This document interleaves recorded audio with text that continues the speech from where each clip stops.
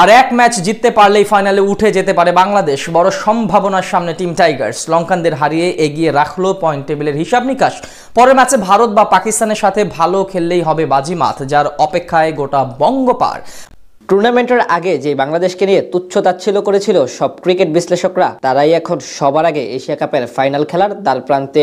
লঙ্কানদের হারিয়ে শিরোপা জয়ের শেষ ধাপে পৌঁছানোর কাজটা বেশ ভালোভাবে করে রাখলো টিম টাইগার্স। এখন শুধু সময় সহজ সমীকরণ মিলিয়ে মূল মঞ্চে যাওয়ার। আকাশসমান স্বপ্ন নিয়ে এবার এশিয়া কাপ খেলতে গিয়েছিল বাংলাদেশ। লিটনের নেতৃত্বে নতুন কিছু করে দেখাবে লাল সবুজ প্রতিনিধিরা, সেই প্রত্যাশা সকলের। প্রথমবারের মতো বৈশ্বিক কোনো ট্রফি জিতবে এমন প্রত্যয় নিয়েই সংযুক্ত আরব আমিরাতের বিমানে উঠেছিল তাসকিন মুস্তাফিজরা। সেই লক্ষ্যে প্রথম ম্যাচে হংকংকে হারিয়ে মিশন শুরু করে টিম টাইগার্স, কিন্তু বড় হোঁচট খায় শ্রীলঙ্কার বিপক্ষে হেরে।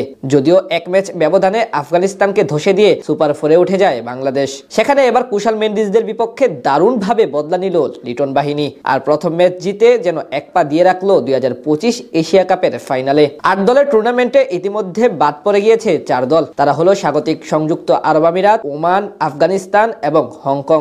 সেখান থেকে গ্রুপ পর্বের বাধা টপকে এসেছে শ্রীলঙ্কা, বাংলাদেশ, ভারত এবং পাকিস্তান। এখান থেকে প্রতিটি দল সবার সঙ্গে একবার করে মুখোমুখি হবে, যেই ধারাবাহিকতার প্রথম হিসেবে বাংলাদেশ জয় তুলে নিল শ্রীলঙ্কার বিপক্ষে।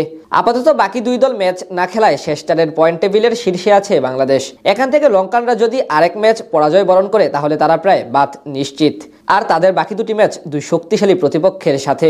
অন্যদিকে বাংলাদেশ যদি আরেকটি ম্যাচ জিতে তাহলে তাদের পয়েন্ট হবে 6। সেক্ষেত্রে স্বাভাবিকভাবে পাকিস্তান অথবা হার্দিক পান্ডিয়াদের পয়েন্ট হারাতে হবে, আর সেটা সত্যি হলে তাদেরও পয়েন্ট হবে 6 যদি কিনা সবগুলো জিতে। কিন্তু আপাতত সেটা প্রায় অসম্ভব, কারণ জাসপ্রীত বুমরাদের সঙ্গে যেহেতু শাহিন আফ্রিদিরা ম্যাচ খেলবে, তাই তাদের থেকেও একদল পয়েন্ট হারাবে। এখান থেকে এটা পরিষ্কার, বাংলাদেশ যদি পরবর্তী 2 প্রতিপক্ষের একটিকে হারাতে পারে তাহলে তারা অনেকাংশে ফাইনালে চলে যাবে, কারণ শ্রীলঙ্কার কাছে এই মুহূর্তে 2টি ম্যাচ জয় প্রায় অসম্ভব। একইভাবে পাকিস্তান যদি বাংলাদেশের সাথে হেরে বাকি 2টি জিতে যায় তাহলে সেখান থেকে ভারতেরও বাদ পড়ার সম্ভাবনা থাকে। তাহলে শীর্ষ 2 দল হিসেবে পাকিস্তান অথবা ভারত ও বাংলাদেশ ফাইনাল খেলতে পারে। তাই এখন টাইগারদের সবচেয়ে বড় চ্যালেঞ্জ হলো পরবর্তী 2 ম্যাচ। সেখানে যদি নিজেদের বর্তমান অ্যাপ্রোচ ও ভয়ডরহীন ক্রিকেট খেলা দেখাতে পারে তাহলে অসম্ভবের কিছু নেই, কারণ সম্প্রতি পাকিস্তান বা ভারত কোনো দলেরই তেমন ভালো অবস্থান নেই। এখন দেখার পালা টাইগাররা সেটা কাজে লাগাতে পারেন কিনা। যদি পারেন তাহলেই হবে বড় বাজিমাত, যেমনটা স্বপ্ন দেখছে সকলে।